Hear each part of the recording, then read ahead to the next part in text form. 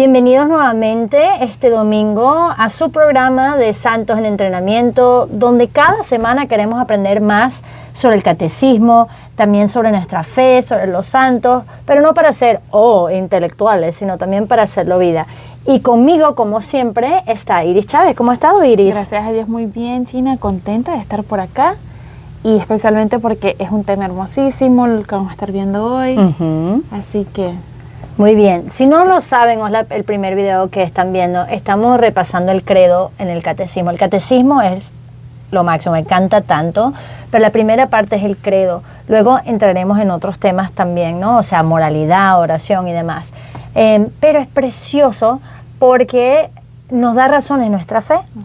Yo lo digo a cada rato que cuando uno los domingos, las solemnidades, cuando dice el credo, no se da cuenta toda la riqueza que hay atrás y todo lo que ha tenido que sufrir por los siglos como que la iglesia para mantener el barco firme hacia donde debe ir y no dejar que herejías u otras cosas como que vaya tumbando, ¿no? Hacia el camino correcto. Bueno, una de las cosas que decimos en el credo, ¿ok? Es... Bueno, hemos concebido por obra y gracia del Espíritu Santo y nació de Santa María Virgen. Entonces, vamos a hablar hoy de manera particular sobre la Virgen María, ¿ok?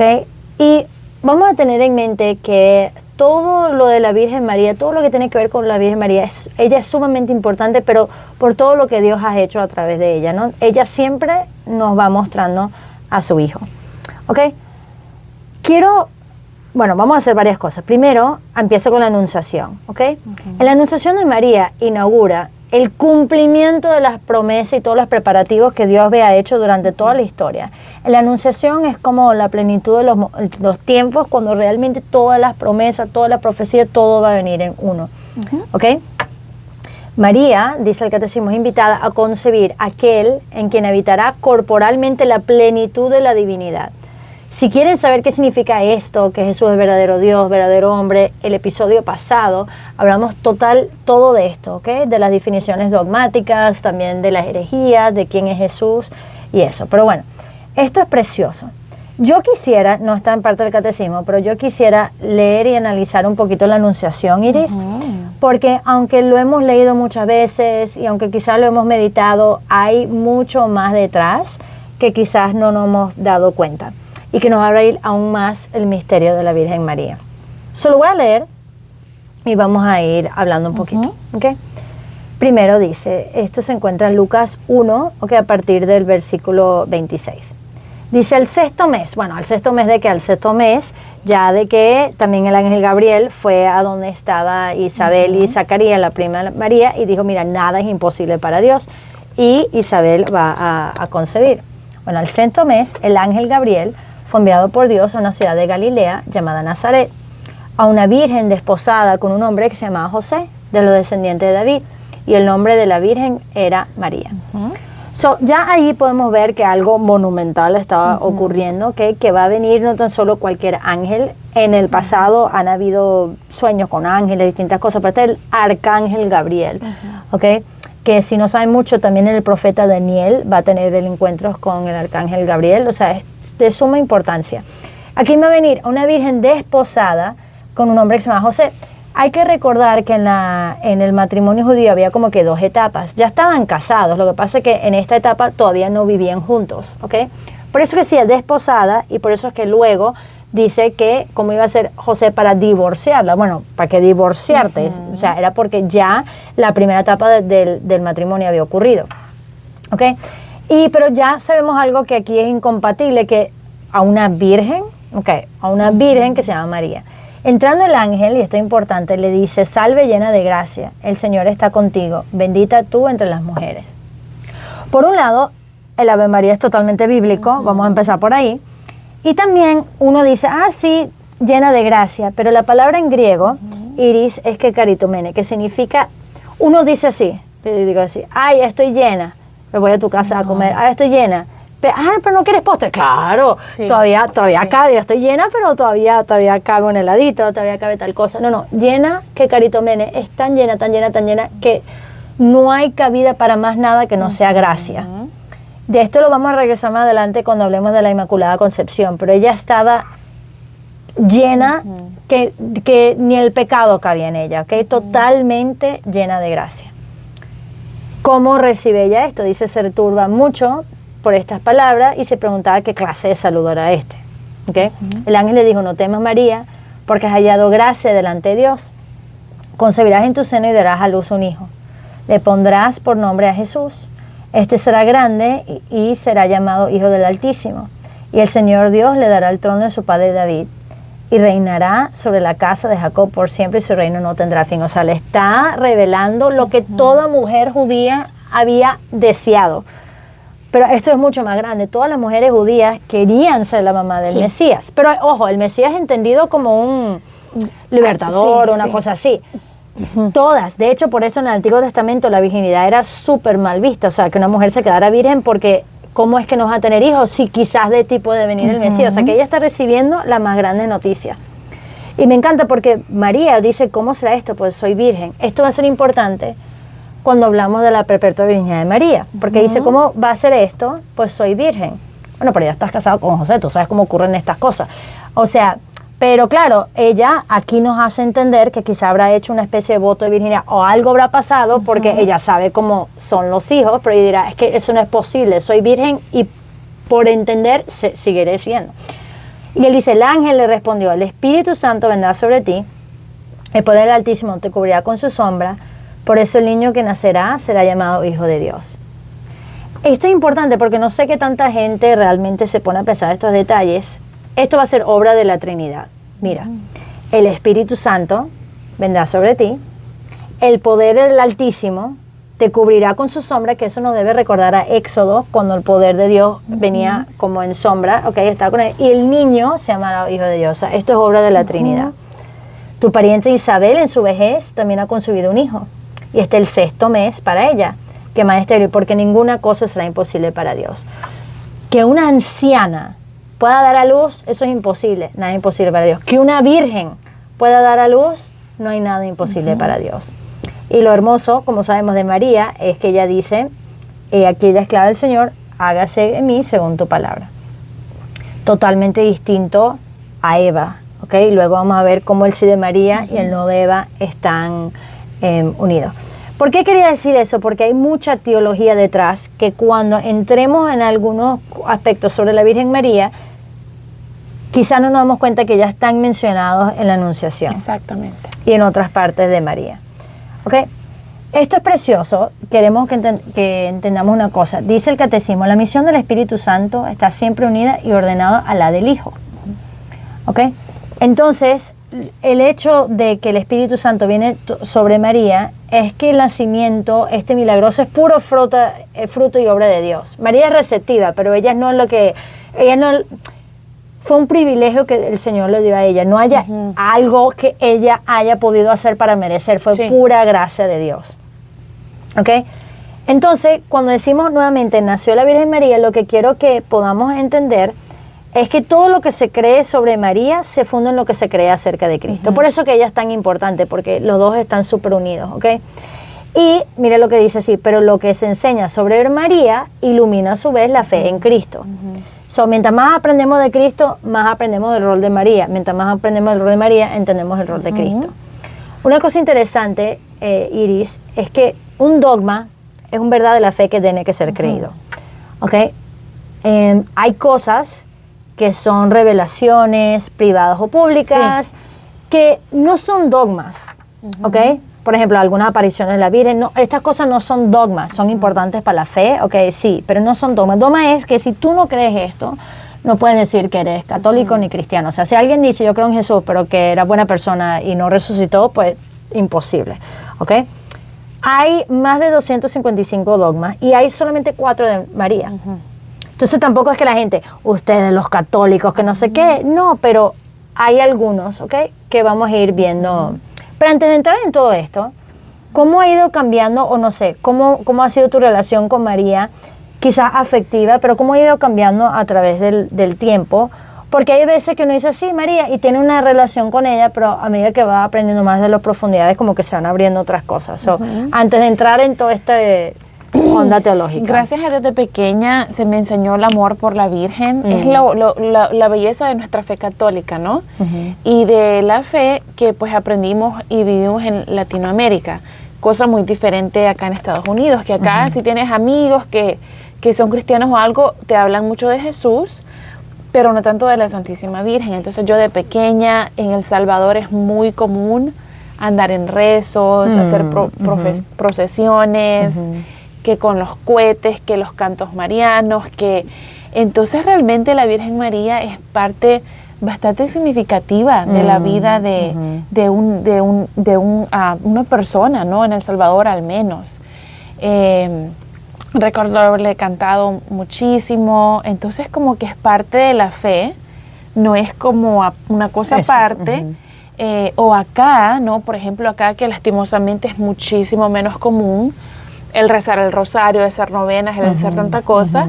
En El Salvador yo crecí con todo eso y fue hermosísimo porque honestamente, China, la manera, yo me recuerdo, no sé por qué no, pero para mí el canto ha sido como que muy, o sea, me lleva, me transporta. Entonces, bueno, le rezaba a la Virgen y todo, pensando en los cantos. Cuando aquí ya fui profundizando más acerca, bueno, de los dogmas de la fe y todo, una transición bonita y obviamente pues como que un enfoque más en su vocación, en yo ser esposa y madre, en todo lo que le enseñó a Jesús. Entonces como que una tratar de imitarla más, pero pues alguien que pues ya conocía de hace tiempo.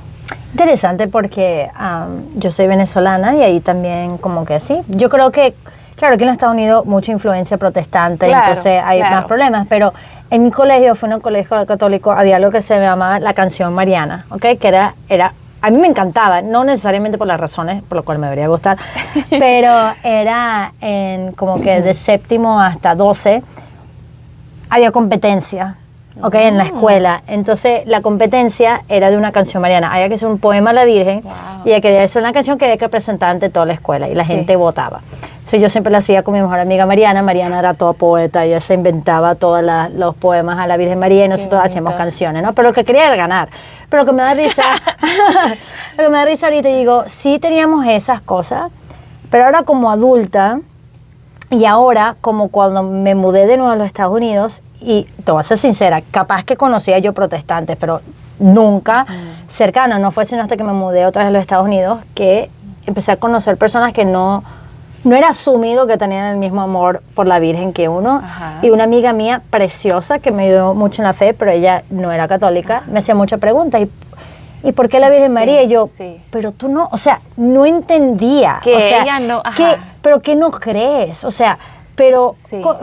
¿Que tú crees qué? O sea, era tan ilógico porque me parecía que las dos cosas tenían que estar totalmente unidas y nunca había escuchado de otras cosas. Entonces me ayudó mucho a profundizar y decir que bello como un niño, por ejemplo, supongo que tus hijos, que te amen y te quieren, pero te habrá pasado a ti, después de tu ser madre, ahora tu aprecio a tu propia mamá, tú dices, wow, como que mientras conoces más de tu mamá, la amas más. Ahora de adulta, yo digo, wow, hay mucho más de la Virgen que con mi amor de niña no tenía. Y también interesante, ¿no? Porque, por ejemplo, a los protestantes incluso, creo que algunos ponen set de natividad. Entonces, en Navidad como que sí, hay una canción, ¿no? Mary, Did You Know? Que habla acerca de la Virgen. Entonces, es como que es interesante, bueno, para uno que viene de Latinoamérica es interesante pensar en un mundo en donde se cree en Jesús, pero que no se cree en María. Pero es como que importante también, ¿no? Hablar con nuestros hijos, porque pues los vecinos son cristianos, no católicos. Y no sé, estábamos hablando acerca de, porque pues hablamos mucho, o cuando estamos haciendo clases con ellos y todo, sale de la Virgen. Y no sé por qué, pero les mencioné que, bueno, por ejemplo, estos vecinos creen en Jesús, pero no creen en la Virgen. Los niños se quedaron como que, ¿qué? Entonces, ¿cómo que no creen en la Virgen? Se les hace raro, ¿no? Que se me hace bonito, bueno, pues el hecho de que pues mis hijos le tengan amor a la Virgen y eso, ¿no? Pero que realmente es como que importante conocer estas verdades de la fe, profundizarlas, ¿no? Porque cuánta gente que por ejemplo, en El Salvador, en lo particular, iba a los rezos, no iba a la misa. Sí. Entonces tal vez ahí de ahí vienen las críticas. Claro. O de ahí viene, o sea, obviamente si voy al rezo el sábado o incluso el domingo, bueno, de todas formas tengo que ir a misa, ¿verdad? No puedo como que sustituir el rezo por la misa. Entonces como que nos encontramos en una cultura bastante interesante, allá incluso, y bueno, acá con la riqueza de poder entender muy bien la fe, vivir una vida sacramental y acudir a la Virgen para continuar obteniendo esas gracias que necesitamos para acercarnos más a Jesús. Y a mí lo que me encanta de la Virgen, y bueno, vamos a ir viendo muchas cosas de ella, ¿no? Es que ella no es una semidiosa, o sea, es una criatura igual que tú y como yo. Y me encanta porque el catecismo dice, ¿no?, que el Padre de la Misericordia quiso el consentimiento de la que estaba predestinada a ser madre, o sea, de la encarnación, ¿no? O sea, ella tenía que haber dicho que sí, o mejor dicho, ella, gracias a Dios que dijo que sí, pero igual que Eva, luego hablaremos de la Inmaculada Concepción, pero igual que Eva, María va a nacer sin pecado original, ya vamos a entrar en ese detalle, pero no quiero que pensemos que María estaba forzada a decir que sí. Eva tuvo la misma oportunidad que decirle que sí o no, y mira, dijo que no. O sea, María, no le quiero quitar el mérito de su sí, como que Auro tuvo que haber dicho que sí, pues no. O sea, ella dio su libre voluntad, acceso, o sea, totalmente su decisión personal de decirle que sí al Señor. Y eso es muy importante. Uno puede decir que no, ¿ok? Y nuestro sí, de mucho la fe va a depender de nuestro sí o de nuestro no. Importante, o sea, queda bien claro en la misma anunciación, porque no es que ella dijo, oh, ok, sino que pregunta, ¿cómo va a ser esto? O sea, como que no es como que ella automáticamente como que zombie responde o como que es máquina responde, sino que entiende lo que se le está anunciando y pregunta cómo va a ser posible esto, ¿no? Para poder saber a lo que está respondiendo. Entonces ahí mismo vemos que hay no llega el ángel y le dice, sino que como que hay un diálogo. Ella pregunta, así que bueno, ahí vemos, ¿no? Y en otras ocasiones también, o sea, cuando vienen los Reyes Magos y ella, ¿qué es esto? Dice como que lo va contemplando en su corazón. ¿Okay? Ella no es Dios, no es que ella conoce todo el plan, ¿ok? O sea, ella, me da risa, digo, hubiese sido yo, y digo, ay, va a ser la madre de Dios. Y después supongo que en camino a Belén, y digo, ¿pero qué es esto? O sea, si va a ser la madre de Dios, va a tener que andar un burro, va a tener que dar lujo. Claro. O sea, que vamos a ver que ella, no por su sí a la misión más grande, no significa que todo uno le fue fácil, o que como que, no, ella al igual que su hijo quiso vivir hasta lo más extremo, ¿no? Por amor a él y por amor a nosotros también. Y esto es importante, dice el catecismo que a lo largo de toda la antigua alianza, o sea, todas las alianzas que hacían en el Antiguo Testamento, como que la misión de María fue un poco preparada, o sea, Eva, ¿ok? Por ejemplo, Eva, a pesar de su desobediencia, ¿ok? Porque Eva, eso es lo que yo le doy gracias a Dios, que Dios es demasiado misericordioso. Eva dice que no, sin embargo, ya en Génesis 3:15, aunque ella dice no, unos versículos antes, ya hay una promesa, ¿ok? De una descendencia que va a vencer al Mesías, o sea, ella pisará la cabeza de la serpiente, ¿ok? Y de la que luego va a ser madre de todos los vivientes, o sea, ya hay esto. Yo hace poco acabo de concluir un taller bellísimo, un curso de 4 semanas sobre mujeres de la Biblia. Y fue precioso porque lo que hicimos era como que comparar. El primero era María y Eva, luego Sara y Ana, la mamá de Samuel, ¿ok? Luego Rahab y Dalila, como utilizamos nuestra feminidad, y luego la mujer de Betania, que muchos consideran que es María, y Zafira, que es un caso en el Nuevo Testamento, de hecho los apóstoles. Y es precioso porque luego nos reunimos todos para ver cuál fue el que más le ayudó, y todo el mundo, este hecho de Eva y María, porque yo les decía que todo el mundo tiene una Eva y todo el mundo es capaz de ser también como María. Sí. Podemos ser de las que queremos manipular, controlar, decir que no, o podemos ser las que queremos recibir y decir que sí. Entonces, en nuestra reunión uno decía, ay, se me salió la Eva. Decía, o como en un momento uno puede decir, no, hágase en mí. Sí. Entonces, precioso ver que esto no es nada más como que, bravo, María, te felicito, eres toda perfecta, tú no tienes nada que ver conmigo. No, sino que informa nuestra manera de vivir también. Y lo bello también, China, de este contraste, ¿no? Es que la tentación que le ofrece la serpiente a Eva es que van a ser como dioses, ¿ok? La Virgen no desea eso, pero cuánto amor y cuánto cariño le tenemos, ¿no? Que pues después de adorar a Dios, pues a quien veneramos más es a la Virgen. Y cuántas gracias nos da y cómo acudimos a ella. Entonces no se hace diosa, no se convierte en diosa, no desea, sino que ella simplemente, y lo vemos en el Magnificat, que todo lo que ella hace es alabar a Dios con su sí.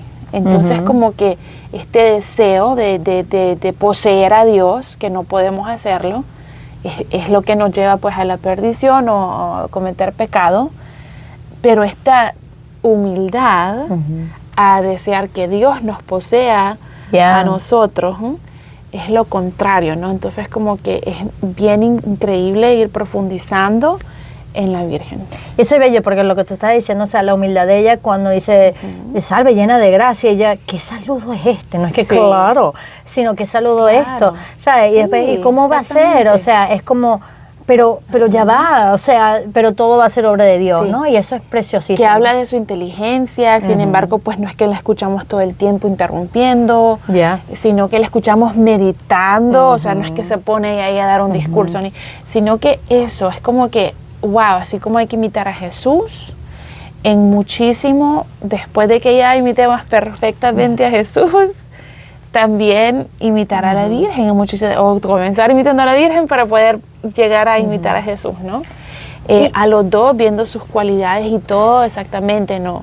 Una persona, o sea, imagínate que se te aparece un ángel y le haces este tipo de preguntas, o sea, quiere entender, entonces la suma inteligencia que tiene, pero todo lo medita, todo lo guarda, todo lo mantiene y está, imagínate la profundidad también. Y esto no es una exageración, o sea, no vamos a entrar en los dogmas y ya iremos con calma con eso, pero a un lado también, no es como hoy ustedes los católicos son demasiado obsesionados, es precioso ver como los ortodoxos, yo creo que si los protestantes tienen problemas con nosotros amando a la Virgen, si van al ortodoxo van a decir, o sea. Pero es precioso porque, y bueno, también hay católicos bizantinos que también este amor, de hecho, la llaman, esto lo hablamos la vez pasada y lo vamos a hablar ahorita, le llaman la Teotokos. No le llaman la Madre de Dios, sino la Teotokos, que es el nombre griego de la Madre de Dios. Es una cosa extraordinaria. Yo fui a mi amigo que es católico, él es católico, pero no es católico romano, hay otros ritos, ¿ok? Él es católico bizantino. Bueno, ellos en su liturgia, que tienen una liturgia de comunión igual, ¿ok? Pero solo que es un poquito diferente, pero es igual católico, ¿ok? Los viernes de Cuaresma me llamó full la atención. Nosotros somos el Vía Crucis. No, su tradición es con María. O sea, acompañar a María en su dolor por lo que va a ocurrir. Y yo digo, a mí me fascina, pero aquí llega un cristiano y le da un ataque, porque primero su iglesia tiene bastantes íconos, bastante pintura, bellísimo, con velas por todos lados, incienso, o sea, eso es una explosión de todos estos sentidos. Cuadro, bueno, un ícono enorme de la Virgen con velas, y es todo como que acompañando la gracia por Jesús. Es una broma que yo me quedé y que esto es espectacular. O sea, el amor a la Virgen, porque quien entiende lo que hizo Jesús sabe que le debe eso a María. O sea, esto a lo que va es que esto no es pura piedad popular. O sea, Jesús vino al mundo gracias a la Virgen. O sea, eso no hay de otra. ¿Ok? Si María hubiese dicho que no, ahí se quedó. O sea que San Luis de Montfort decía, hay que ir a Jesús a través de María. Y uno dice, ¿pero por qué yo puedo ir a Jesús? Bueno, porque uno está yendo a Jesús de la misma manera como Jesús vino a nosotros. Jesús vino a nosotros a través de María, entonces nosotros podemos ir a Jesús a través de María. Por otro lado, obviamente, bueno, esto no es una apologética de la Virgen María, en realidad, pero de todas maneras, o sea, las bodas de Caná. ¿Ok? En la boda de Caná ocurren tantas cosas, pero no era el tiempo de Jesús, pero él hace su primer milagro porque se lo pide la Virgen. Pero algo aún más importante, si uno lee Juan 2, bueno, obviamente se da cuenta que María primero dice, hagan lo que Él les diga. ¿Ok? Que eso es lo que ella nos dice a nosotros, hagan lo que Él les diga, no hagan lo que yo les diga, y no, hagan lo que Él les diga. Eso dice, no es mi tiempo, pero lo hace por amor a su mamá. O sea, que vemos allí la intercesión de la Virgen. Dos, vemos que Jesús su primer milagro lo hizo gracias a su mamá, y al final, dice, Jesús hizo este primer milagro en Caná de Galilea, y sus discípulos creyeron en Él.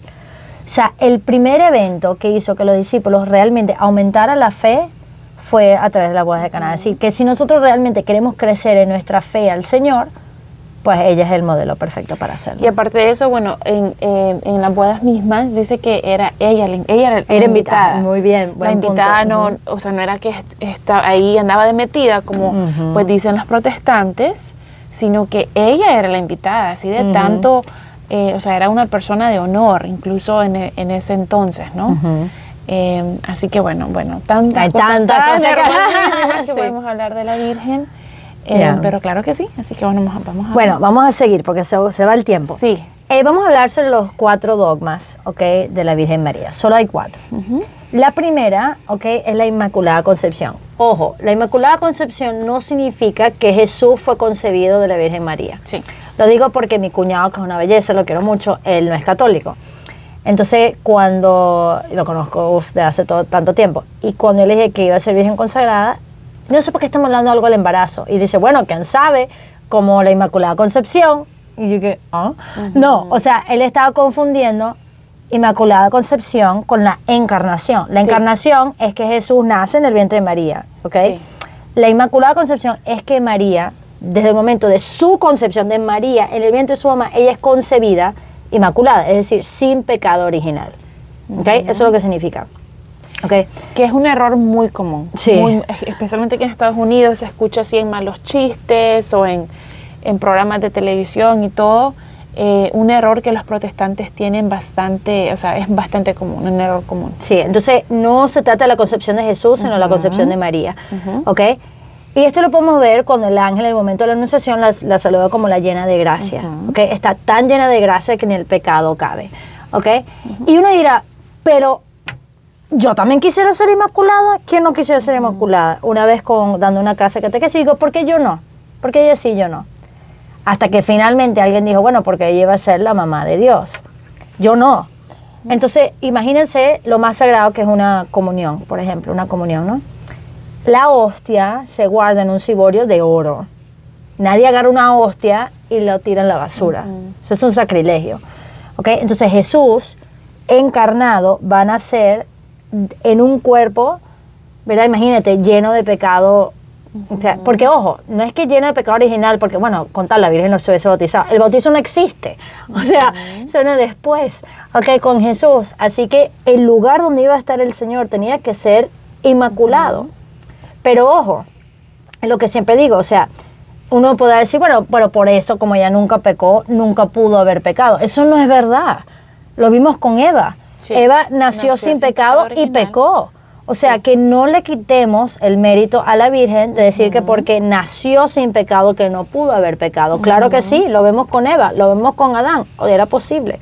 Entonces, pero esta es inmaculada, ella es inmaculada por la misión que el Señor le dio, pero mantuvo su pureza de alma, ser inmaculada, lo mantuvo a través del tiempo. O sea, que también tiene ese mérito, no es como que, ay, qué fácil. Y alguno dice, claro, qué maravilla, uno no sufre.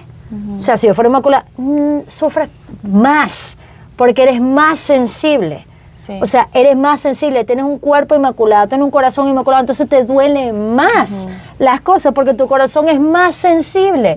Mi corazón es una piedra. Entonces alguien viene a decir una cosa, quizás no me afecta, pero ella ve a los demás y sufre más, porque su corazón es más tierno. O sea que hay que entender lo que implica la Inmaculada Concepción. Sí. Okay. Una cosa que es bellísima es que ya de esto hablamos en la vez pasada sobre los concilios y eso. Esto es una verdad que siempre, se creó, o sea, siempre. No fue definido como dogma, sino hasta 1854. No es que en 1854 se les ocurrió, sino como comentamos la vez pasada, el episodio pasado, no es sino hasta cuando empiezan a haber herejías o cosas que se tiene que definir. Desde el principio, ¿ok? Lo podemos ver en los primeros concilios, la Madre de Dios, la Inmaculada, esto ya lo vemos al principio. Pero bueno, es definido como dogma. Con el Papa Pío IX. Y dice, la bienaventurada Virgen María, esto es lo que dice el dogma, fue preservada inmune de toda la mancha de pecado original en el primer instante de su concepción, por singular gracia y privilegio de Dios, ¿okay? por pura gracia de Dios, en atención a los méritos de Jesucristo. Ay, pero la Virgen dice, se alegra mi espíritu en Dios, mi Salvador. Ella tuvo que tener un Salvador. Entonces, claro, es que por los méritos de Jesús, ella es salvada, sí, pero es aplicada. O sea, acuérdate que Dios está fuera del tiempo. Claro que sí, los méritos de la salvación de Jesucristo fueron aplicadas a ella, correcto, pero antes de su nacimiento. Entonces, cuidado con eso. La manera que yo lo escuché ser explicado y tiene todo el sentido es hay dos maneras de salvar, ¿no? Digamos que hay un barranco, tú vas caminando, te caes al barranco y yo te tiro un lazo y te saco del barranco. Yo te he salvado del barranco, ¿ok? La segunda manera que te puedo salvar, ¿ok? Tú vas caminando y te digo, no, ahí hay un barranco, vente para acá, claro, nunca te caes, ¿ok? Al barranco. Te he salvado del barranco. Precioso. De las dos formas, ¿ok? Entonces Jesús murió en la cruz porque los que tenemos pecado original, o teníamos, ¿no? Antes del bautizo, nos caímos al fango y todo, ¿verdad? La Virgen fue salvada sin tener que haber caído en el pecado original. Así que bueno, yo cuando lo escuché de esa forma, se me hizo una manera muy simple de entender este hecho de que, bueno, pues la Virgen también, Jesús fue Dios fue su Salvador, y de esa manera. Muy bien, perfecto. Iris siempre tan práctica. Excelente. Una cosa preciosa es cuando la Virgen esto es una revelación pública, privada, pública de Jesús, o sea, pero privada, cuando hablamos de la aparición de la Virgen a Lourdes, ¿ok? No es un dogma, o sea, esto no es un dogma que tiene que ser creído. Sin embargo, cuando la Virgen se le aparece, Bernadita era una muchacha pobre, ignorante, literalmente, casi no podía ni leer ni escribir. Y la Virgen, cuando se le presenta, finalmente le dice, ¿cuál es tu nombre? Ella dice en su dialecto, yo soy la Inmaculada Concepción. Y es interesante porque aunque este dogma fue definido 4 años antes, ella vivía en un pueblo por allá por Francia que jamás habría escuchado eso. Y ella decía que él tenía que repetir, Inmaculada Concepción, para acordarse, porque era un nombre que nunca había escuchado. Entonces, precioso, porque de nuevo la Virgen, ya la Iglesia lo había definido, ya se había creído, pero ella también como que confirmando su identidad también, ¿no? Muy bien. Chévere. Ella... Aquí vamos a entrar al segundo dogma, ¿ok? La maternidad de la Virgen María, ¿ok? Esto es importante porque en la Biblia hay lugares que habla, y está la madre de Jesús, o sea que literalmente era la mamá de Jesús, muy bien. Pero cuando hablamos de la maternidad de María, no estamos hablando de como Iris, tú eres mamá de tus hijos, o sea, estamos hablando que María es la madre de Dios. En el episodio pasado hablamos de todo lo que ocurrió que en el concilio de Éfeso y todo lo que estaba ocurriendo con eso, que declararon, que María era la madre de Dios. No Cristotocos, que decir la madre de Cristo, sino madre de Dios. Y no podrá decir, bueno, pero ¿por qué tanta exageración? No es exageración. Tiene todo que ver con Jesús. Recuerden que empezamos este episodio hablando de que todo lo que se cree de Cristo se cree de María, y lo que se cree de María se cree de Cristo. Se ayudan. ¿Por qué? Jesús es Dios. Si María es la madre de Jesús, María es la madre de Dios. Lo comentaba la vez pasada, no es que Jesús tomó la divinidad de María, no, él es una persona divina de toda la eternidad, ¿ok? Pero va a nacer de ella, ¿ok? Entonces esto es muy importante, ella es la madre de Dios. Y esto podemos ver en un instante que hasta su prima Isabel lo medio intuye, porque cuando en la visitación viene, Isabel dice, ella está embarazada, ¿ok? Isabel, ya 3 meses a punto de dar a luz, y María nada más está embarazada literalmente de unos meses, ¿ok? De una semana, unos días, quién sabe cuándo. O sea, que no es que se veía, no es que entendía, ellas no habrían hablar, no es que hay YouTube, no es que hay teléfono, no es que hay nada, pero cuando María llega, Isabel, cuando la ve, dice, ¿cómo es que la madre de mi Señor, okay, ha venido a verme? No es que, ay, prima, qué chévere, pero ¿cómo es que la madre de mi Señor? O sea, no la madre de mi primo, sino ella entendía que la persona que estaba dentro del vientre de María era Dios, no era su Señor. Y esto es sumamente impactante, ¿no? Nada más quiero recordar lo que dijimos la vez pasada, que no es que Jesús es verdadero Dios y verdadero hombre, no es mitad Dios, mitad hombre. Él es la persona divina, una persona divina con una naturaleza humana y una naturaleza divina. María no es la mamá de la naturaleza humana de Jesús. Nadie da luz a una naturaleza, da luz a toda la persona. Entonces, esto es precioso, recordar que ella es madre de Dios mediante la concepción humana del Hijo de Dios, ¿ok? Entonces, esto es muy importante y con gusto, con amor, podemos decir Santa María, Madre de Dios, ¿ok? Y por eso que tiene tanto poder, por eso que Jesús la va a hacer caso, pues, en la boda de Caná la va a querer, o sea, la va a atender porque es su mamá, ¿ok? Muy impactante. Yo no sé, Iris, ahorita vas a tener tu sexto hijo aquí en la tierra, ¿cómo tú siendo mamá ha cambiado quizás un poco tu perspectiva sobre María como mamá? O sea, antes de estar, porque uno dice, ay, sí, mamá, pero supongo que antes de ser mamá lo entendí de una manera, pero luego se hace concreta, no lo sé. Bueno, por ejemplo, pensar en el dolor de parto, el dolor de parto que también pues la Virgen lo sufrió. El pensar que cómo la manera por qué la conocemos tanto es por haber sido la madre de Dios, ¿no? Y cómo eso eleva la dignidad de mi propia maternidad. Yo estaba pensando, bueno, lo que estaba en la madrugada, lo que estaba meditando, que íbamos a estar haciendo este programa y todo, ¿no?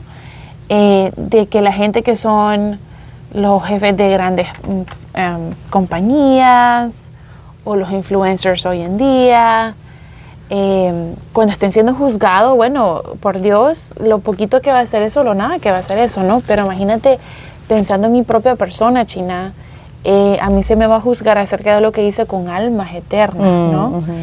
Entonces, como que el pensar en la Virgen, en pensar en su maternidad, es conocida por eso, por su maternidad, ¿ok? No es como una gran compañera, montó una gran cosa, sino que pues eleva mi propia, esa maternidad, o sea, Dios que la da, pero Jesús no es reconocido por su maternidad, ¿ok? Sino que es la Virgen. Entonces esa maternidad de la Virgen también eleva mi propia vocación, mi maternidad a un nivel, bueno, muchísimo más grande.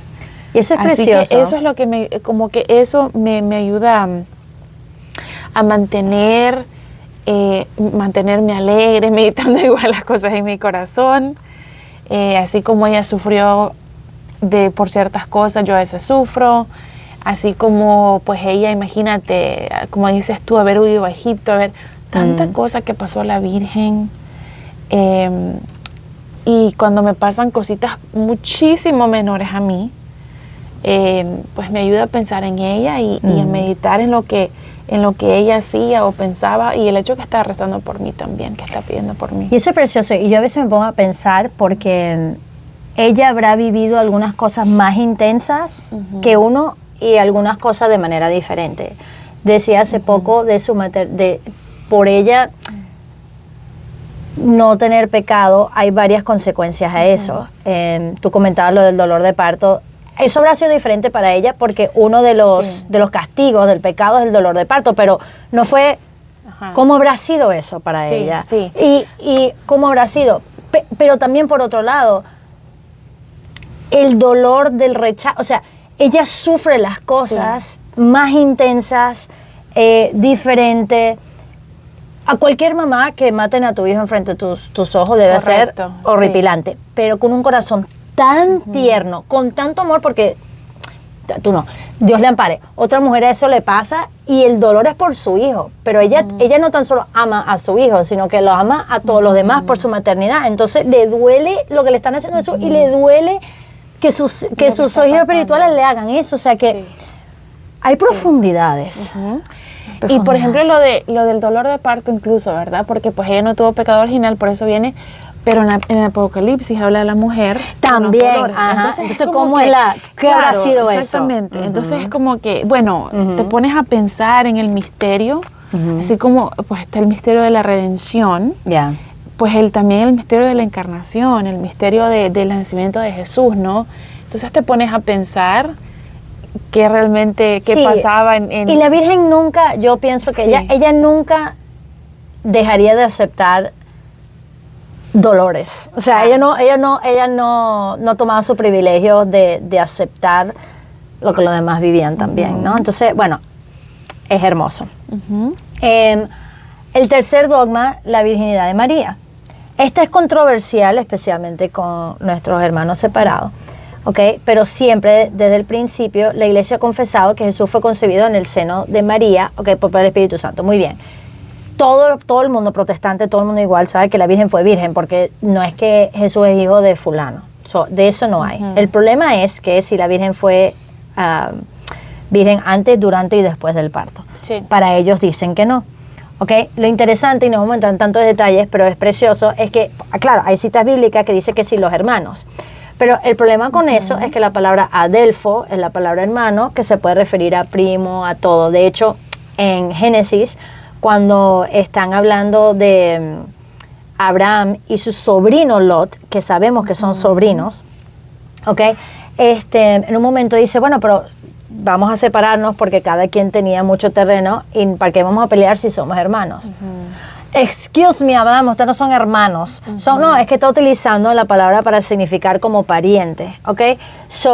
Y con los otros supuestos hermanos de Jesús, ¿ok? Siempre no referido a otros hijos de María, sino familiar cercano. Algunos hablan de algunos, cuando hablan de que si Josué o distintos, son interesantes que hablan luego de la otra María, la esposa de Cleofás, que estaba al pie de la cruz, la mamá de algunos de estos que mencionan ahí. Así que son parientes. Y quizás tú puedas decir, ay, China, no lo creo, no me parece, eso no es lo que dice la Biblia. Pero vamos a pensar en un instante marcado, ¿ok? Un instante marcado es, Jesús está muriendo en la cruz. Cuando Jesús muere en la cruz, le dice a María, he aquí a tu hijo, ¿ok? Y aquí, a Juan, ella de tu madre. Dice, de ese momento el discípulo se elevó a la casa. Si María hubiese tenido otros hijos, ella no se va a ir a vivir es que eso no se hace. Correcto. Eso no se hace. Es un escándalo. Sí, total. Que una mujer que no tiene nada que ver con un hombre, un joven, se haya ido con ese hombre. Y ojo, tú vas a decir, bueno, y si los hijos, los hermanos de Jesús eran eran mala gente. No, es que en olvídate, que en esa época tú cuidabas de tus padres, tú hacías tus cosas, o sea que ya a eso allí, o sea, el último arreglo, el último regalo, de cierta manera, que Jesús le da a los discípulos es la propia Virgen, ¿ok? Y es interesante porque dice, en todo esto de Juan no se menciona el mismo, sino él se menciona como el discípulo amado. Entonces lo interesante del discípulo amado es que si nosotros queremos ser discípulos amados, tenemos que ser como él y traer a María a la casa. O sea, también traer a María a nosotros. Recordando que de las últimas palabras de Jesús, que Jesús está muriendo y que la crucifixión es sumamente dolorosa. Así que siquiera pronunciar estas palabras es muy doloroso porque pues Jesús está muriendo porque sus ¿cómo se dice? No riñones, pulmones. Sus pulmones se están llenando de agua, de sangre, de agua, o sea, ¿verdad? Y se está asfixiando y para poder hablar tiene que levantar todo eso. Así que no es como que, ay, qué lindo, Jesús se le ocurrió ser poeta en ese momento, sino que es una cosa tan enorme que estar muriendo y hacerlo. Es un buen punto, vamos a pararnos ahí un segundo, es un buen punto, o sea, porque tiene los pies clavados, para poder hablar tiene que subir sobre esos pies, o sea que cada palabra que dice hay que tener atención completa. Por eso bonito, bueno, quien pueda ir a la liturgia de las últimas palabras de Jesús, el Viernes Santo, o si no, pues meditarlas en casa, ¿no? El Viernes Santo, pero bueno, es un estudio que podemos hacer. Y esto es una de las últimas palabras que pronuncia Jesús. Y una cosa que, aunque Jesús es el hijo único de María, ella tiene una maternidad espiritual, ¿ok? Y tú decías, y yo también lo digo, o sea, que ella es madre exclusiva de Jesús a nivel físico, pero es madre nuestra. ¿Quieres decir algo? Creo que es la penúltima, China, o sea, literalmente de lo último de que menciona. Me parece que es la penúltima, pero está, o sea, de lo último que hace. Y además te dice del amor que él tenía de ella, de asegurarse que estuviera cuidado, o sea, de tanta atención, ¿no? Y es precioso ver, porque el discípulo la trae a su casa, pero es el modelo de todos, ¿no? O sea, qué bello ver esto, lo precioso de María, de la maternidad de María. Aquí Radio María, pues la tenemos muy cerca, ¿no? Y la tenemos, sí, como modelo de santidad, pero como madre. O sea, lo que rezamos a cada rato es Santa María, Madre de Dios. O sea, vuelve a nosotros, tú somos misericordiosos. ¿Cuántas oraciones a lo largo uno está implorando su maternidad, ¿no? Y si tú eres buena mamá, pero eres buena gente, pero no eres igual que la Virgen, y mira cómo tú te desvives por tus hijos, pues imagínate María por nosotros. Y eso es súper, súper bello. Una cosa que me gusta, en un apartado, es que dice, María es a la vez Virgen y Madre, algo que es único. Pero es precioso, sí, es único. Y es precioso porque estos aspectos, o sea, tú como mamá te puedes identificar como María, como esposa, como madre, ¿sabes? Y puedes vivir como siempre, o sea, tu pureza con tu esposo, o sea, todo eso, pero hay un aspecto de eso que tú te identificas mucho con la Virgen, que aunque yo sé lo que es tener una mamá, yo no soy mamá, yo no soy esposa, entonces ella me ayuda a saber cómo ser esposa de su hijo, como eso, pero ese aspecto de ella es diferente. Me encanta para mí porque María es el modelo también de la Virgen, de la virginidad consagrada, o sea, entonces qué bello que como ella se abre a todos, ¿no? O sea, decir, yo soy tu modelo, también de vivir tu vocación y también de vivir tu vocación, porque yo tengo que ser mamá espiritual también, o sea, que no es lo mismo que mamá biológica. Entonces todo esto es como que Dios nos la regaló como modelo. A ver si no creo. Nada más quiero ver una cosa. Yo no creo que habla de la Asunción, porque no es que puso no es que esto es necesariamente los dogmas, pero nada más lo quería mencionar rapidito. El último dogma es el dogma de la Asunción, que María, al final del transcurso de su vida, fue llevado cuerpo y alma al cielo. Cuando uno va a Tierra Santa, hay un lugar de la dormición de María.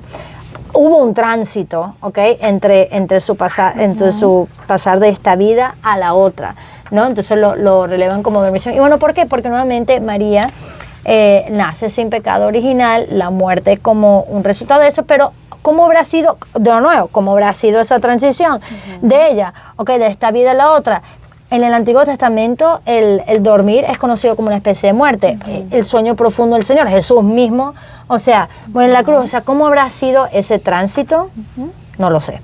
Pero es precioso porque yo después pensé esto el otro día, todos estos dogmas nos muestran a Jesús, todos estos dogmas tienen detrás a Jesús, y todos estos dogmas se celebran como solemnidades, excepto una.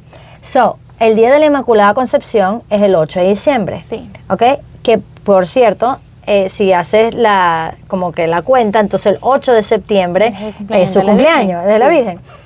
Muy bien. La Madre de Dios, mucha gente no sabe, es el 1 de enero. La gente está toda, no sé, mal por la noche anterior. Sí, lastimosamente. Sí, pero es un día de obligación y es una solemnidad. La Asunción es el 15 de agosto, nacimiento de uno de tus niños. Digo, qué maravilla. Y digo, oye, debería haber uno de la Virginidad de María. No hay fecha de la Virginidad de María. Y digo, debería, que se lo inventen, que importe. Pero danos una fecha para celebrarlo, porque las solemnidades no es para María. O sea, como te explico, no es que María ella está feliz en el cielo y no necesita de esto, pero nos sirve a nosotros. Claro. Yo quiero celebrar la Virginidad Perpetua de María. O sea, bueno, no sé, voy a inventar una fecha. Sí, hay que rezar por eso. Ya. Pero bueno. Hay que hacerlo popular aquí en nuestra diócesis, en la parroquia, que se haga popular en la diócesis, que a veces así es que han así es que empieza, es verdad. Exactamente. Así que tenemos esa tarea. ¿Qué fecha será? Sí, vamos a pensar. Lo que pasa es que no sirve. Porque, bueno, aquí especulando, qué tontería, pero yo digo, tendría sentido hacerlo el día de la Anunciación. Eso se me ocurrió a mí ahorita. Eso se me ocurrió. Porque ya el día de la Anunciación ya es una gran fiesta, pero digo, ella allí dice cómo va a ser. O sea que, bueno, no sé. Podemos combinar. Podemos ver. Combinación, vamos a ver. Pero bueno, espero que esto sea como una especie de aperitivo sobre por qué amar a María y recordar, como decía San Luis de Montfort, Jesús viene a nosotros a través de María y nosotros podemos ir a Jesús a través de María. Ella no quita, ella es una luna, no que hace como, no como un eclipse solar, que la luna se pone ante el sol, no, eso no, sino la luna, por eso que se ve la noche, literalmente irradia, refleja el sol, por eso es que brilla y eso es la belleza de María. Así que al concluir este tiempo juntos vamos a terminar con oración a la Virgen María. En nombre del Padre, del Hijo, del Espíritu Santo. Amén. Amén.